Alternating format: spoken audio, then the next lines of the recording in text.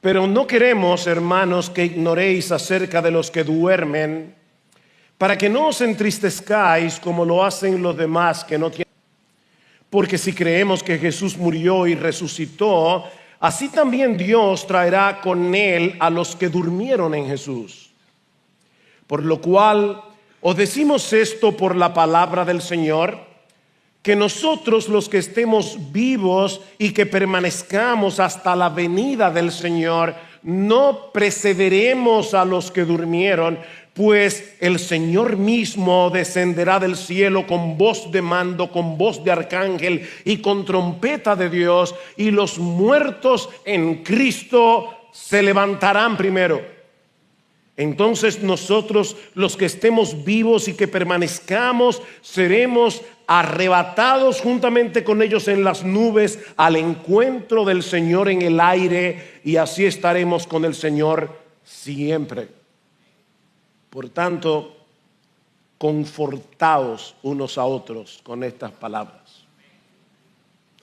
Animémonos unos a otros con estas palabras. Cristo vendrá otra vez. Vamos a orar. Señor, hemos cantado de la segunda venida de tu Hijo. Ahora vamos a predicar acerca de la segunda venida de tu Hijo. Y tú sabes, Señor, que el anhelo de nuestro corazón no es crear controversia sobre este tema. El anhelo de nuestro corazón es generar esperanza. Ayúdanos, oh Señor, a exponer fielmente este pasaje de tu palabra y dale a Iglesia Bíblica del Señor Jesucristo oídos para oír, un corazón para recibirla y la determinación de vivir a la luz de esta gloriosa y bendita esperanza. Porque te lo pedimos en el precioso nombre de Cristo. Amén. La muerte no es un tema popular. De hecho, algunas personas evitan asistir a los funerales para no tener que pensar en eso. Ahora, si bien es cierto que tú puedes evadir el tema, de ninguna manera vas a poder evadir el hecho. La muerte es como una sombra que nos persigue desde el mismo día que nacemos. Algunas personas, científicos, están tratando de disminuir la tasa de mortalidad. No, eso es una tontería. La tasa de mortalidad siempre será el 100%.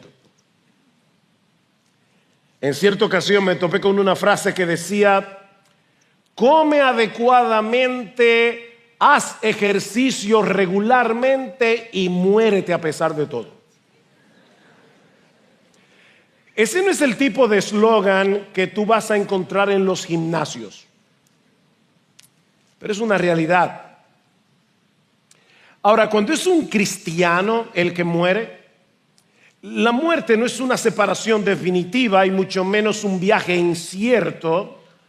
En los 40 años que llevo ya pastoreando esta iglesia, he tenido el privilegio de predicar la palabra en muchos funerales y he visto la enorme diferencia de tener que despedir a un ser querido del cual tenemos la completa certeza de que está con el Señor y de que lo volveremos a ver.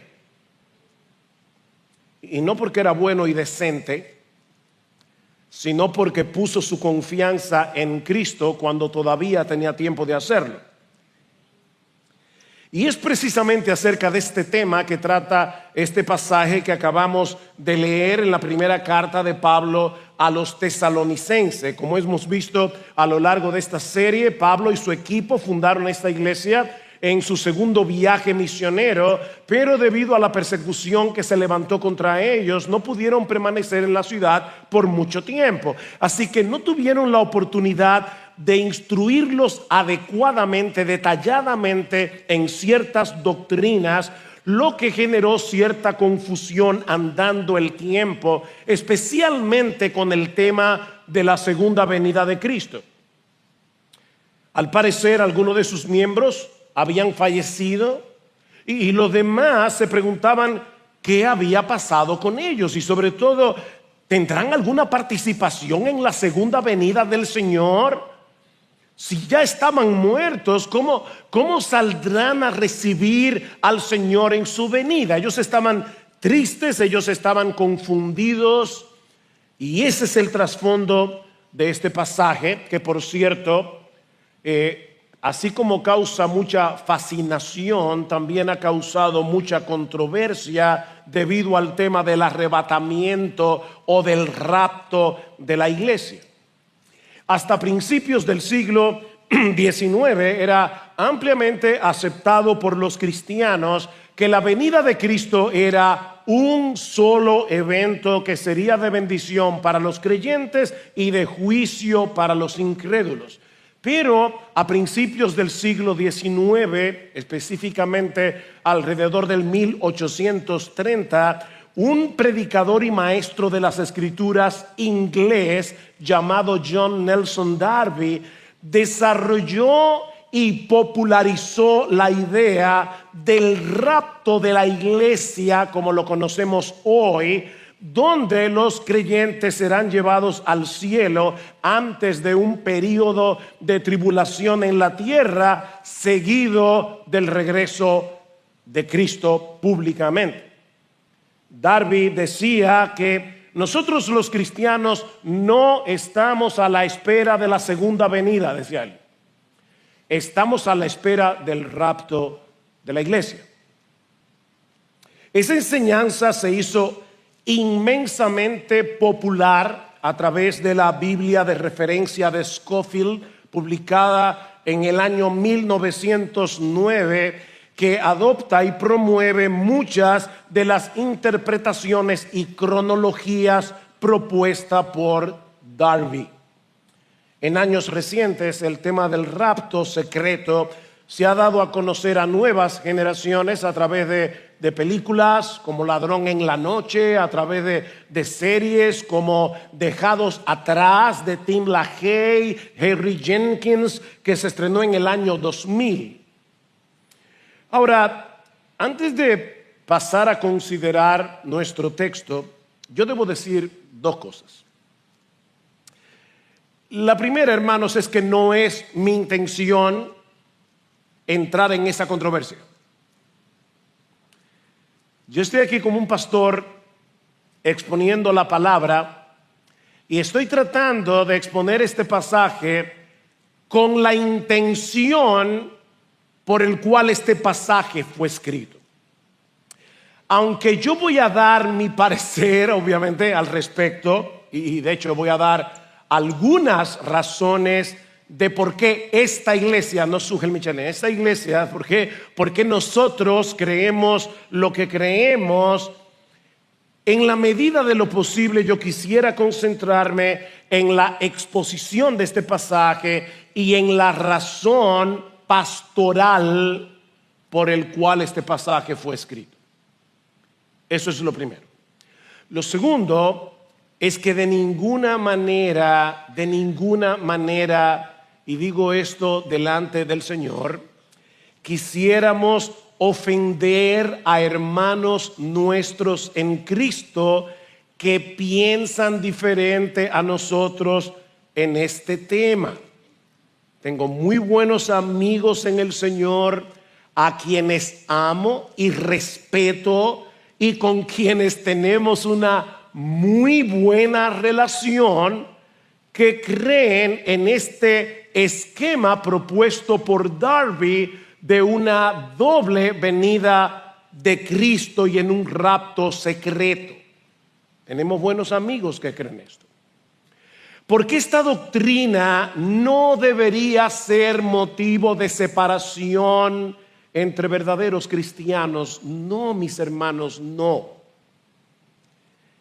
Negar la segunda venida de Cristo es una herejía.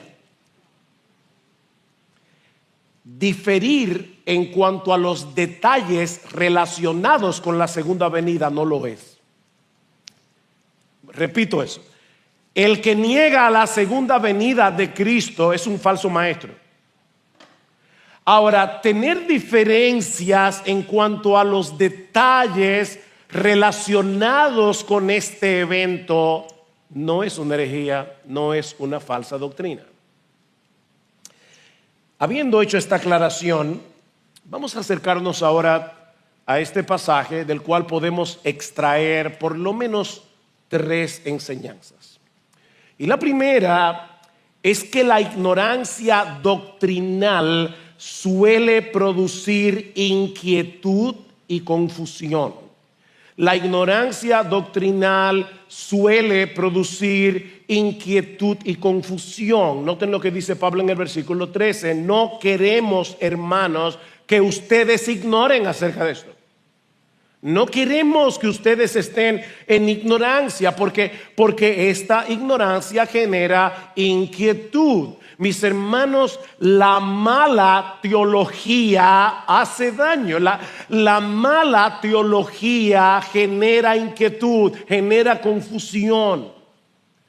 De manera que la preocupación de Pablo es pastoral. Este pasaje no fue escrito para satisfacer nuestra curiosidad sobre quién es el anticristo o todos los detalles acerca de la última venida. No, hermanos, este pasaje fue escrito para lidiar con el dolor de estos hermanos que estaban en duelo porque sus familiares, sus seres queridos habían muerto. Y Pablo quiere darles una mejor comprensión bíblica sobre esta doctrina para consolar sus corazones. Y vuelvo y repito, hermanos, esa es mi intención. En estos últimos meses, esta iglesia ha visto partir a muchos de sus miembros, sobre todo los mayores. Y ayer partió uno de nuestros hermanos. Lo que queremos es traer consuelo. Ahora es obvio que Pablo les había enseñado acerca de este tema en el corto tiempo que él estuvo entre ellos, pero una cosa es conocer la doctrina, otra muy distinta es saber cómo aplicarla en medio del dolor, en medio de la aflicción. Yo sé que todos aquí sabemos que Dios es soberano, pero no es lo mismo creer en la soberanía de Dios que aplicar el tema de la soberanía cuando estamos en medio del dolor. Cuando algunos miembros de la iglesia fallecieron, entonces comenzaron a llegar las preguntas: ¿qué pasó con ellos? Para nosotros hoy eso es muy sabido, ¿verdad? Pero estos hermanos estaban rodeados de falsos maestros y ellos están confundidos. ¿Qué pasó con ellos? ¿Dónde están ahora? Y sobre todo, ¿de qué manera van a participar de la segunda venida de Cristo si ya no están aquí? ¿Cómo saldrán a encontrarse con su Señor?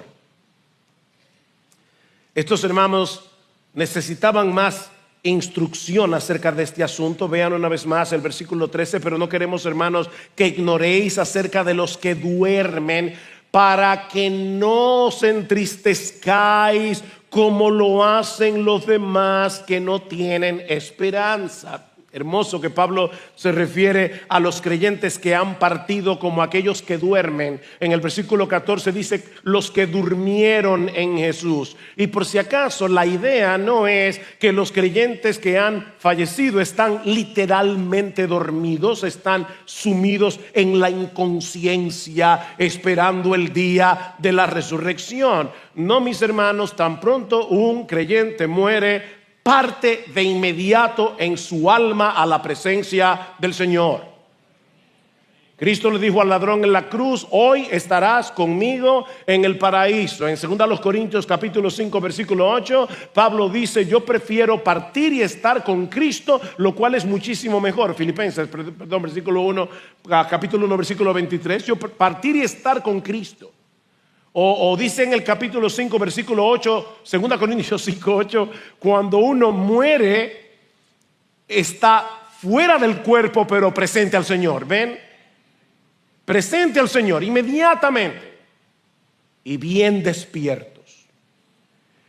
pero sus cuerpos permanecen dormidos hasta que sean despertados en la resurrección. La palabra griega que se usa para dormir es la palabra koimao, y es por eso que el lugar donde se entierra a los muertos, los griegos le llamaban el koimeterion, o sea, el lugar de dormir, de donde viene nuestra palabra cementerio. El cementerio es el lugar donde duermen los cuerpos de los que han muerto. Los cuerpos de aquellos que durmieron en Jesús, es decir, que murieron siendo cristianos, que murieron habiendo estado unidos a Cristo por la fe, dice Pablo, van a ser despertados en la resurrección. Por eso están sus cuerpos dormidos, porque van a despertar en la resurrección. De manera que no debemos despedirlos con la tristeza de aquellos que no tienen esperanza. Ahora noten, hermanos, que no es que no debiéramos entristecernos. No, la muerte de un ser querido siempre será una separación dolorosa, siempre será una separación dolorosa, por más fuerte que sea nuestra fe, pero es una tristeza moderada por la esperanza de un reencuentro glorioso. La primera vez que yo experimenté el impacto de esta separación fue con la muerte de nuestra madre en octubre del año 1982. Ella tenía 49 años de edad, yo tenía 23 años de edad. Y hermanos, fue un dolor indescriptible. Yo no puedo describirles el dolor mío de mis hermanos. Y era un dolor que volvía en olas, porque cada vez que sucedía algo importante, mi mamá, nosotros decíamos que ella lo gozaba todo. Y cada vez que nosotros teníamos algo importante, la primera impresión era ir a ver a mi mamá para contarle. Y cada vez que pasaba algo en nuestra vida y pensábamos, voy a contarle a mami, entonces ahí venía el dolor. Ella ya no está, ella ya partió. Pero esa tristeza tiene el contrapeso de la esperanza ciertísima de que la volveremos a ver. No hay duda de eso. Y eso, mis hermanos, hace toda la diferencia del mundo. Nos reuniremos con ella otra vez, y no con esa salud tan deteriorada que ella tuvo en los últimos meses de vida, sino con un cuerpo y un alma completamente glorificados. ¿Qué dice el Señor? No se turbe vuestro corazón. Creéis en Dios, creed también en mí. En la casa de mi Padre muchas moradas hay. Si así no fuera, yo os lo hubiera dicho. Pero yo volveré para tomarlos, para que estén conmigo. No se turbe vuestro corazón. Ahora, ¿cómo podemos estar seguros de eso? Porque eso es lo que dice aquí, pero ¿cómo podemos estar seguros?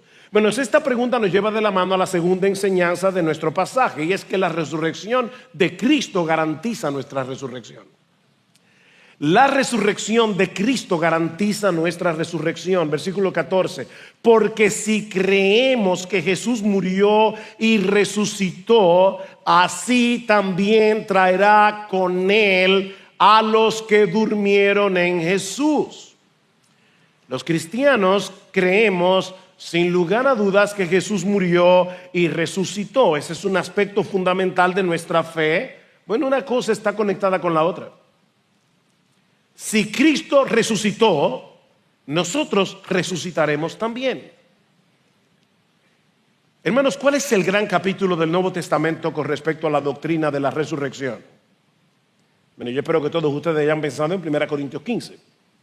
Este es el gran capítulo del Nuevo Testamento. Pablo presenta allí una serie de pruebas de que Jesús resucitó, incluyendo el hecho de que se le apareció al mismo Pablo cuando iba camino a Damasco para seguir persiguiendo a cristianos. El Cristo resucitado transformó al perseguidor Pablo en el apóstol Pablo. Cristo resucitó. Ahora, el gran argumento de Pablo en este capítulo, 1 Corintios 15, es que la resurrección de Cristo garantiza la nuestra. Y Pablo dice básicamente, si Cristo no resucitó, el evangelio es una tontería. Si Cristo no resucitó, el evangelio es inútil. Si Cristo no resucitó, el evangelio no es más que un cuento extravagante, como dijo alguien una vez. Mas ahora Cristo ha resucitado de los muertos, primicias de los que durmieron es hecho. ¿Cómo así? Bueno, las primicias son los primeros frutos de una cosecha. De manera que lo que Pablo está diciendo aquí es que la resurrección de Cristo es como los primeros frutos que anuncian una gran cosecha de resucitados. Eso es lo que está diciendo. Su resurrección garantiza la nuestra. ¿Por qué? Porque nosotros estamos unidos a Él. Recuerden, hermanos, los que durmieron en Jesús, los que murieron en Cristo, nosotros estamos unidos a Él como el cuerpo está unido de la cabeza. Yo siempre le digo a la gente, apúntame eso ahí porque mira, yo me olvido de muchas cosas. No me olvido de la cabeza porque la tengo pegada del cuerpo. Eso le dice una señora en una tienda. Pero ¿saben qué? Esa es una verdad, es una gloriosa verdad. Porque si la cabeza resucitó, el cuerpo tiene que resucitar también. Estamos unidos a Cristo. Así que dice Pablo, los que estemos vivos, los muertos resucitarán. Y los que estemos vivos cuando el Señor regrese no tendremos ventaja sobre los que se han ido. Recuerden cuál era el problema de los tesalonicenses. ¿Qué pasó con esos que murieron? ¿Cómo van a participar de la segunda venida? Y Pablo está diciendo, no. Nosotros, los que estemos vivos cuando llegue el Señor, no vamos a tener ventaja sobre los que ya partieron. Versículo 15, por lo cual os decimos esto por la palabra del Señor, que nosotros, los que estemos vivos y que permanezcamos hasta la venida del Señor, no precederemos a los que durmieron. No tenemos ventaja. Sus almas regresarán con Jesús y se unirán a sus cuerpos glorificados, como dice en el versículo 16. Así que los que ya murieron no serán excluidos de esa fiesta. Ellos no serán excluidos de esa gran celebración, sino que tendrán un lugar de honor en esa procesión que saldrá al encuentro del Señor. Es interesante notar que Pablo veía como una posibilidad el hecho de que él estuviera vivo. ¿Se dieron cuenta? Cuando sucediera ese evento, porque él dice, por lo cual os decimos esto por la palabra del Señor, que nosotros, los que estemos vivos y que permanezcamos. Y luego en el versículo 17, entonces nosotros, los que estemos vivos y que permanezcamos. ¿Se equivocó Pablo? No. Pablo sabía muy bien que nadie sabe cuál es el día de la venida de Cristo. Y lo sabía porque el mismo Jesús lo dijo en Mateo capítulo 24 versículo 36. Cristo dice, nadie conoce el día y la hora de su venida, ni siquiera los ángeles, sino mi Padre. Y lo mismo va a decir Pablo en el capítulo 5, ahí mismo dice, ahora hermanos, con respecto a los tiempos y a las épocas, no tenéis necesidad de que os escriba nada, pues vosotros mismos sabéis perfectamente que el día del Señor vendrá así como un ladrón en la noche. Yo quiero saber si alguien aquí ha sido robado y ha recibido de anticipo una nota del ladrón para decirle, esta noche te visito. No, el ladrón llega sin avisar, y lo que Pablo está diciendo, así será la venida del Señor. Así que Pablo no está diciendo, yo estoy completamente seguro que el día que Cristo vuelva yo voy a estar aquí vivo. No, de ninguna manera. Lo que Pablo está planteando aquí en su ignorancia del tiempo y la hora, porque él no lo sabe tampoco, es la posibilidad sin garantía. de que Él estuviera aquí. Y Él está diciendo, bueno, los que estemos aquí, si es que yo estoy aquí.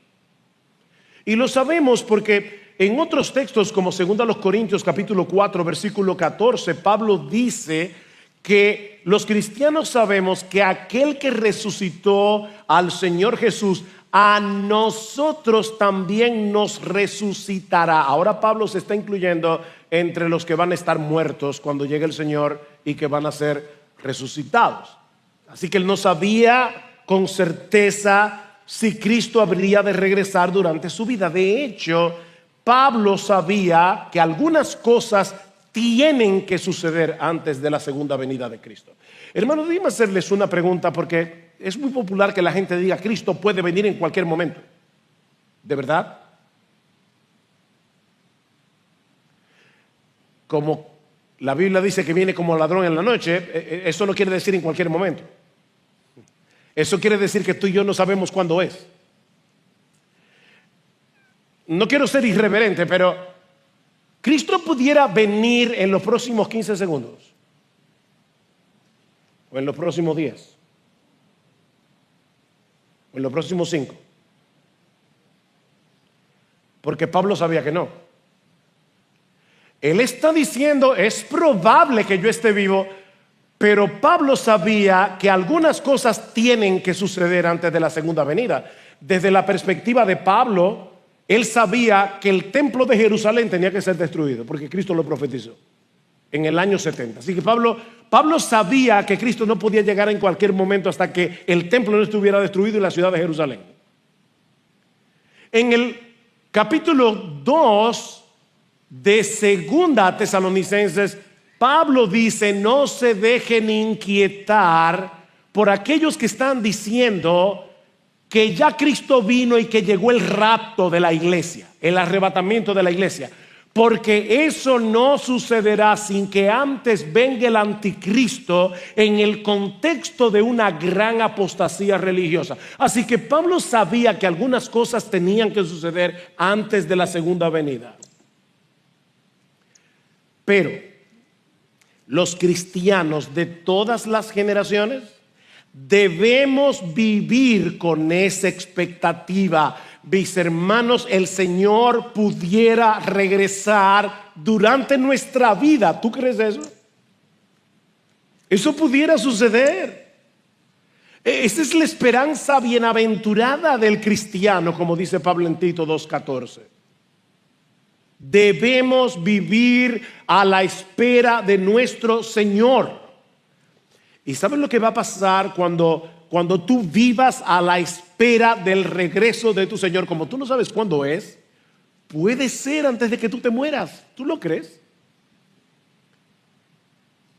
¿Y qué pasará cuando tú vivas a la luz de esa expectativa? Déjame hacerte una pregunta. Mi hermano, ¿qué pasaría si tú supieras con toda certeza que el presidente de la República, nuestro presidente, va a visitar tu casa antes de las elecciones de mayo?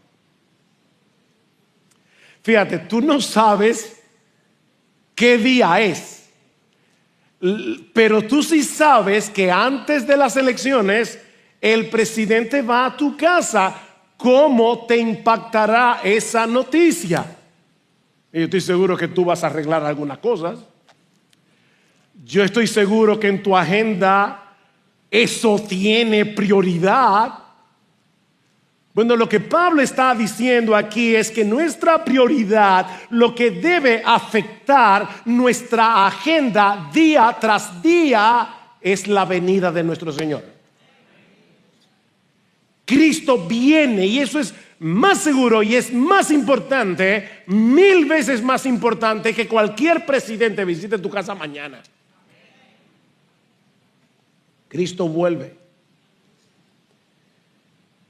Y nosotros debemos vivir a la espera de su regreso. ¿Saben por qué? Porque la espera del regreso de Cristo produce santidad en el creyente. Dice Primera de Juan capítulo 3 que nosotros sabemos que cuando Él se manifieste seremos semejantes a Él porque le veremos tal como Él es. Y todo aquel que tiene esta esperanza en Él se purifica a sí mismo, así como Él es puro.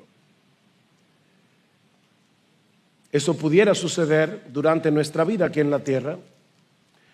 Ahora, sea que estemos vivos o que estemos muertos, ningún cristiano será excluido de esa fiesta, de esa celebración.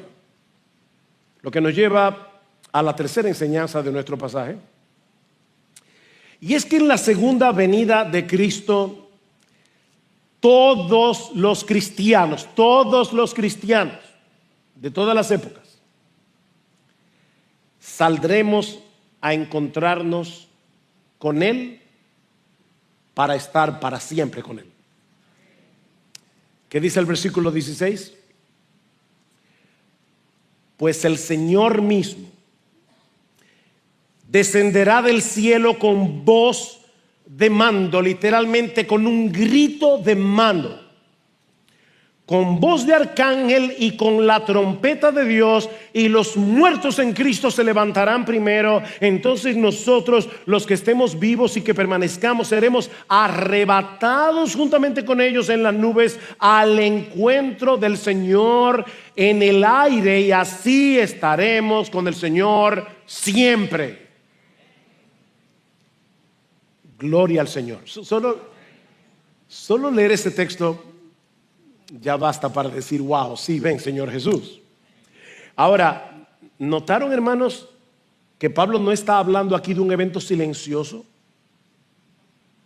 Que Pablo no está hablando aquí de un regreso secreto del Señor, a escondidas. No, su regreso en gloria será bien ruidoso. Eso es lo que Pablo está diciendo aquí.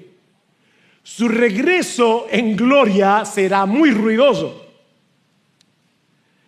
Es como cuando Dios descendió en el Sinaí, ¿recuerdan? Para darle la ley al pueblo y para hacer un pacto con el pueblo de Israel. Dice en Éxodo 19 que vinieron truenos y relámpagos y una espesa nube sobre el monte que se estremecía y humeaba mientras escuchaba un sonido de bocina, trompeta, que iba aumentando en extremo.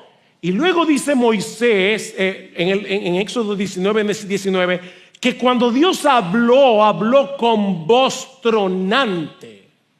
¿Ven cómo se parece a lo que dice Pablo aquí? Pues el Señor mismo descenderá del cielo con voz o con un grito de mando. Pablo no dice de quién es esa voz. Simplemente dice con voz de mando. Pero el contexto da a entender que se trata de la voz del mismo Cristo. No solo anunciando que la hora final ha llegado, sino también llamando a los suyos a salir de sus tumbas. Esa voz que resucitó a Lázaro, ¿recuerdan? Retumbará otra vez desde el cielo. Lázaro, ven fuera. Y Lázaro, estando muerto, oyó su voz y salió de la tumba. Bueno, ¿sabes qué? Yo no voy a comenzar a nombrar los nombres de los miembros de esta iglesia porque va a ser un problema. Pero Cristo, con voz de mando, si tú estás muerto, tú vas a escuchar su voz diciendo: sal, sal. No os maravilléis de esto, dice el Señor en Juan 5:28, porque vendrá hora cuando todos los que están en los sepulcros oirán su voz. Cristo vuelve con voz de mando. Pero Pablo dice también que será con voz de arcángel. La palabra arcángel, de arqui, ángel, el ángel principal, el ángel de rango superior dentro de la jerarquía celestial. En la Biblia se mencionan por lo menos explícitamente al arcángel Miguel, al arcángel Gabriel. Pero Pablo no especifica de quién se trata. Lo que sí sabemos por el mismo Jesús es que su regreso en gloria será en compañía de ángeles. Dice en Mateo 24:31 que él enviará a sus ángeles con gran voz de trompeta. Aquí está el tercer elemento que Pablo menciona en el texto. Y juntará a sus escogidos de los cuatro vientos, desde un extremo del cielo hasta el otro.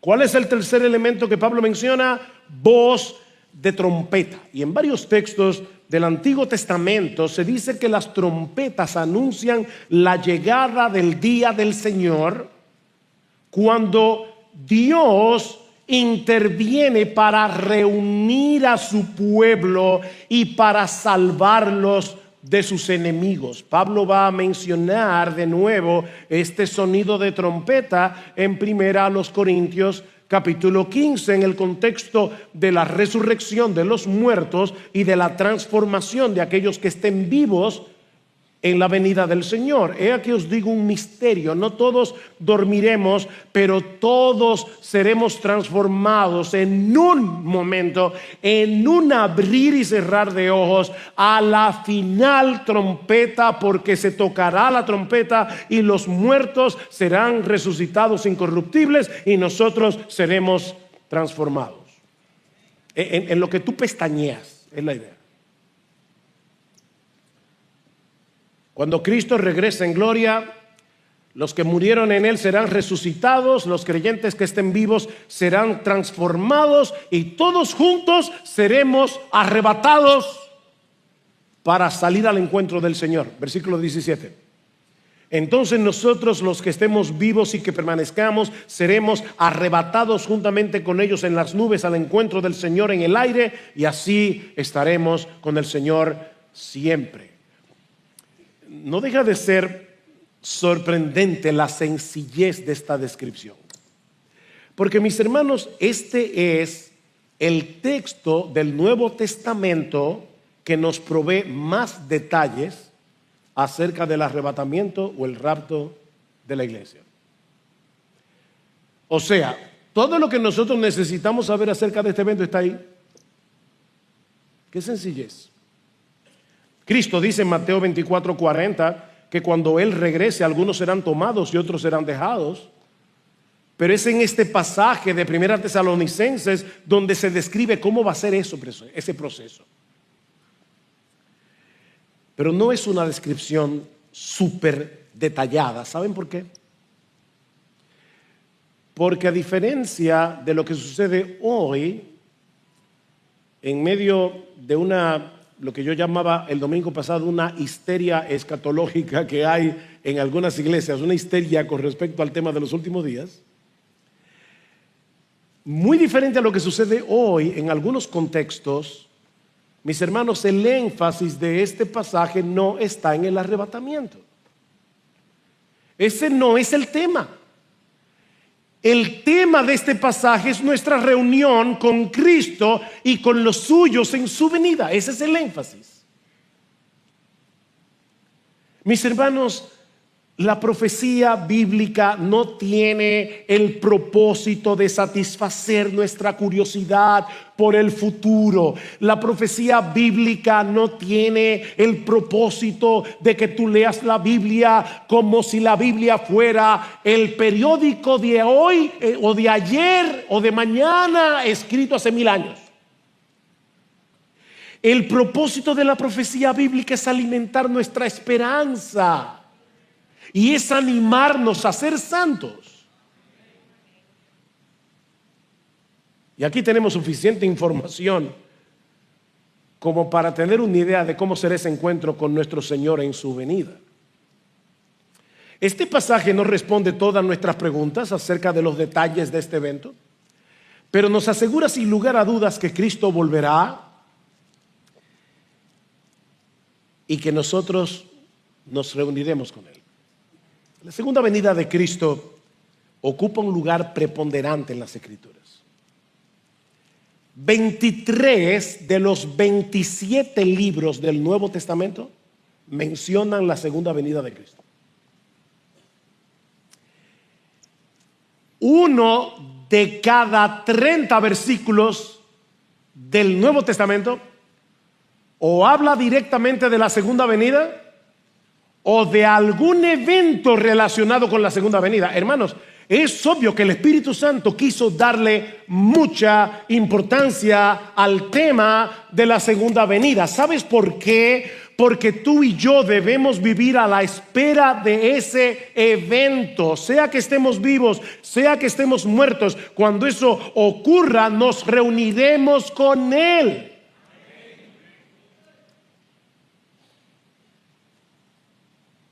Los muertos serán resucitados, los vivos serán arrebatados.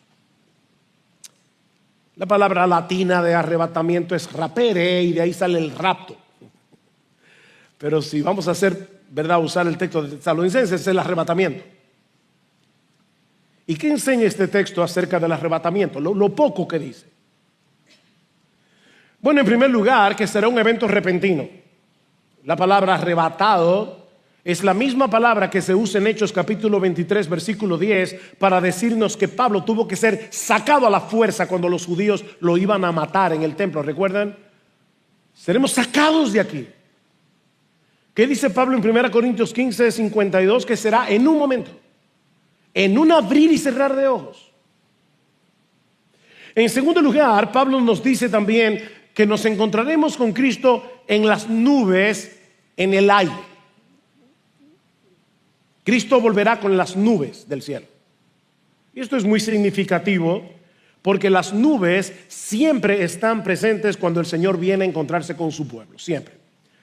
En el monte Sinaí dice: aconteció que al tercer día, cuando llegó la mañana, hubo truenos y relámpagos y una densa nube sobre el monte. Daniel capítulo 7, este texto es muy importante. Seguí mirando en las visiones nocturnas y he aquí con las nubes del cielo venía uno como un hijo de hombre, que se dirigió al anciano de días y fue presentado ante él y le fue dado dominio, gloria y reino. Cristo viene en las nubes. Mateo 24: entonces aparecerá la señal del Hijo del Hombre en el cielo, y entonces lamentarán todas las tribus de la tierra y verán al Hijo del Hombre viniendo sobre las nubes del cielo con poder y gran gloria. Este no es un evento secreto. Dice en Apocalipsis 1:7: todo ojo le verá.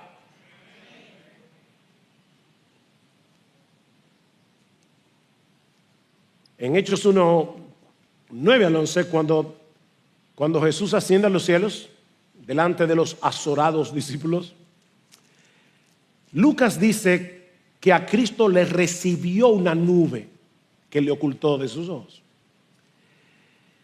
Y en ese momento aparecen dos ángeles que le dicen a los discípulos: varones galileos, ¿por qué estáis mirando al cielo? Este mismo Jesús que ha sido tomado de vosotros al cielo, así vendrá en esas mismas nubes que lo llevaron, como le habéis visto ir al cielo. Cristo viene con las nubes del cielo para encontrarse con nosotros en el aire. Dice el texto: seremos arrebatados juntamente con ellos en las nubes al encuentro del Señor. Ahora, esta palabra es importante, es la palabra griega apantesis, y esta palabra significa salir al encuentro de alguien importante para darle la bienvenida fuera de la ciudad y regresar con él a la ciudad. De hecho, aparte de aquí, solamente aparece 2 veces en el Nuevo Testamento, 2 veces. En la parábola de las vírgenes, que eran en esa época las damas de honor de la novia, pero a cambio de ahora que las damas de honor acompañan a la novia, en la época de Jesús acompañaban al novio para llegar al lugar donde se iba a celebrar la boda. Y dice que esas vírgenes salieron al encuentro del novio. Ahí está la palabra pantesis. No para quedarse en la calle, obviamente, sino para llegar a la boda con el novio. Es la misma palabra que se usa en Hechos 28:15, cuando dice que Lucas y Pablo llegan a Roma y dice que los hermanos salieron a recibirlos, a pantesis, para entrar con ellos en la ciudad de Roma. De manera, mis hermanos, que el cuadro que Pablo nos está presentando aquí es el de todos los ciudadanos del cielo, nosotros los cristianos, vivos y muertos, o mejor dicho, ya resucitados los muertos, saliendo a recibir al legítimo rey del universo que viene a tomar posesión de su trono para venir a reinar con los suyos. Eso es lo que Pablo está mostrando aquí. Ahora, Pablo no dice si subiremos al cielo o si bajaremos a la tierra. ¿Se dieron cuenta? Dice alguien, Pablo nos deja en vilo, nos deja literalmente en el aire. O sea, lo que dice es que saldremos a encontrarnos con el Señor en el aire. ¿Y qué pasa a partir de ahí? Hermanos, es que ese es el punto. No importa lo que va a pasar a partir de ahí. Lo que importa es que así estaremos para siempre con el Señor.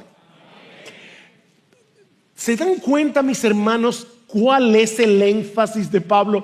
Obviamente no nos vamos a quedar flotando en el aire.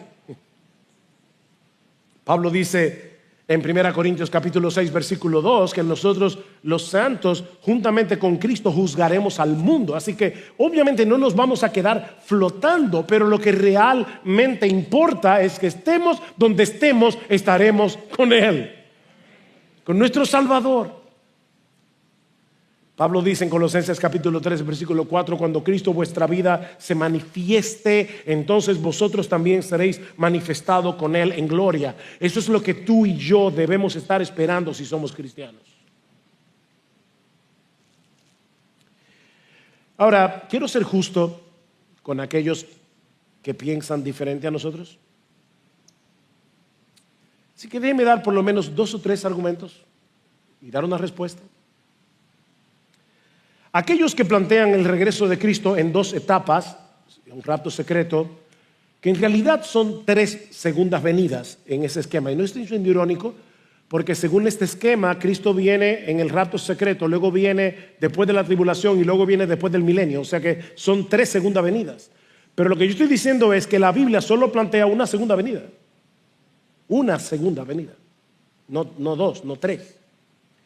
Pero los que creen en este esquema nos dicen que Pablo no puede estar hablando aquí de la segunda venida de Cristo en gloria para llegar a la tierra, porque aquí no se dice nada de lo que sucederá con los incrédulos.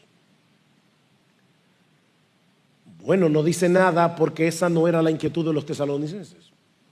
Esa no era su preocupación. Pablo no tenía por qué hablar de ese tema en ese contexto, porque él está tratando de consolar a hermanos que estaban en duelo. De todos modos, Pablo sí habla de este tema en el capítulo siguiente.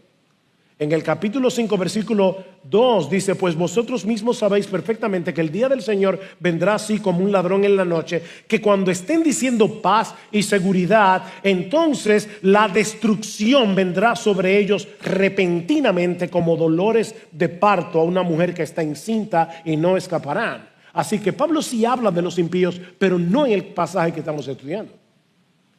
Luego lo va a mencionar otra vez en la segunda carta, en el capítulo 1, y es importante que ustedes lean conmigo este texto, segundo a los Tesalonicenses, capítulo 1, versículo 6, porque después de todo es justo delante de Dios retribuir con aflicción a los que os afligen y daros alivio a vosotros que sois afligidos, y también a nosotros cuando el Señor Jesús sea revelado desde el cielo con sus poderosos ángeles en llama de fuego, dando retribución a los que no conocen a Dios y a los que no obedecen al evangelio de nuestro Señor Jesucristo. Estos sufrirán el castigo de eterna destrucción, excluidos de la presencia del Señor y de la gloria de su poder cuando Él venga para ser glorificado en sus santos en aquel día y para ser admirado entre todos los que han creído.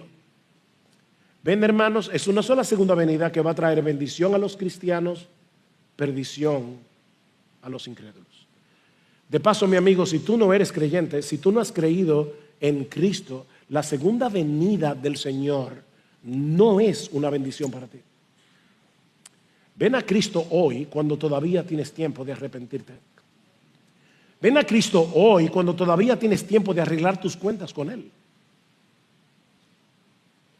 Por otra parte, los que creen en un rapto secreto afirman que la voz de mando, la voz de arcángel y la trompeta de Dios solo la oirán los cristianos.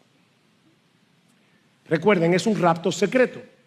Cristo viene con voz de mando, con voz de arcángel, con trompeta de Dios, pero solo la escuchan los cristianos. El problema que yo tengo con esto es lo siguiente.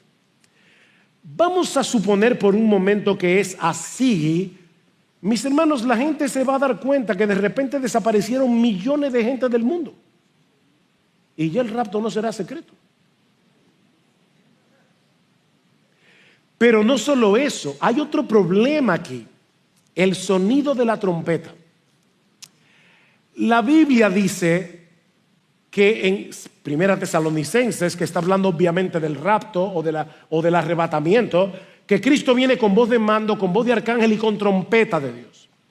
Bueno, los que creen en el esquema de dos segundas venidas dicen, bueno, Cristo viene con trompeta en el rapto secreto y luego viene con trompeta otra vez, porque así lo dice la Escritura, cuando venga a juzgar al mundo. Hay un problema con esto. Y es que en 1 Corintios capítulo 15 versículo 52 Pablo dice que en el momento en que los creyentes serán arrebatados se tocará la final trompeta, no la penúltima. Es la final trompeta. Es la trompeta que anuncia el final. ¿Ven el punto? Porque se tocará la trompeta y los muertos en Cristo serán resucitados incorruptibles y nosotros seremos transformados. Es a la final trompeta. Obviamente hay otros argumentos y contraargumentos acerca de este tema. Pero como les decía al principio, el propósito de Pablo en este pasaje y el mío también en esta mañana era animar a estos hermanos y enseñarles cómo animarse mutuamente, sobre todo en tiempos de duelo y de dolor. Versículo 18, por tanto, confortaos unos a otros con estas palabras. Maranata, Cristo viene.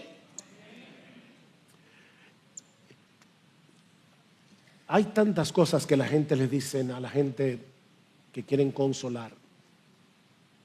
No te preocupes que esto pasará. ¿Y cómo tú sabes eso? Pablo dice, confortaos unos a otros con estas palabras. ¿Con cuáles palabras? Cuando él dijo anteriormente, os digo esto en palabras del Señor. Así que lo que está diciendo es, no uses tus opiniones para consolar a otro. Usa la palabra. Anímense con la palabra de Dios y sobre todo con esta promesa. Esta palabra es nuestra fuente de consuelo en medio del dolor. Y esta palabra nos asegura que nos reuniremos con Cristo y con todos nuestros hermanos cuando Él regrese en gloria.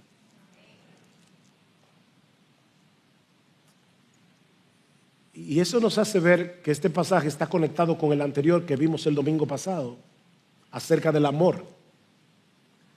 ¿Por qué? Bueno, porque esta promesa de las Escrituras no fue revelada únicamente para animar a cada creyente como individuo, sino como miembro de una iglesia, como parte de una familia. Si muere el hermano Sigfrido Varela, esposo de una de nuestras hermanas, tío de una de nuestras hermanas, es el dolor de ellas y es el dolor de la iglesia. Llorad con los que lloran. Somos una familia. ¿Y qué es lo que dice Pablo aquí? Debemos animarnos unos a otros cuando llegue el sufrimiento a la vida de nuestros hermanos en la fe. Y qué mejor consuelo que este: Cristo viene. Cristo viene. Y todos los que hemos creído en Él saldremos a encontrarnos en una procesión impresionante para no separarnos nunca más, ni de Él, ni de aquellos amados hermanos y familiares que ya partieron con Jesús y que nos están esperando allá arriba. Y ahora yo te pregunto, mi hermano, ¿esa es tu esperanza? Esa es tu esperanza. O sea, tú dirás, claro, es la esperanza de todo cristiano, pero intencionalmente tú vives a la espera del regreso de tu Señor. Recuerda que esa esperanza purifica al cristiano. El que tiene esta esperanza en Él se purifica a sí mismo. Esta esperanza nos provee un consuelo real y verdadero en medio del dolor, en medio de la aflicción. Querido hermano, ¿es tu anhelo y oración? Sí, ven Señor Jesús. ¿Es este tema algo cotidiano en tus conversaciones con otros hermanos? De hecho, Pablo termina el capítulo, la otra sección que está conectada con esta, en el versículo 11 del capítulo 5, dice: por tanto, alentaos los unos a los otros y edificaos el uno al otro, tal como lo estáis haciendo. Pablo dice, esto no es para ti solo, no es para que tú digas, wow, sí Señor, qué bueno que yo me voy de aquí. Esta es nuestra esperanza.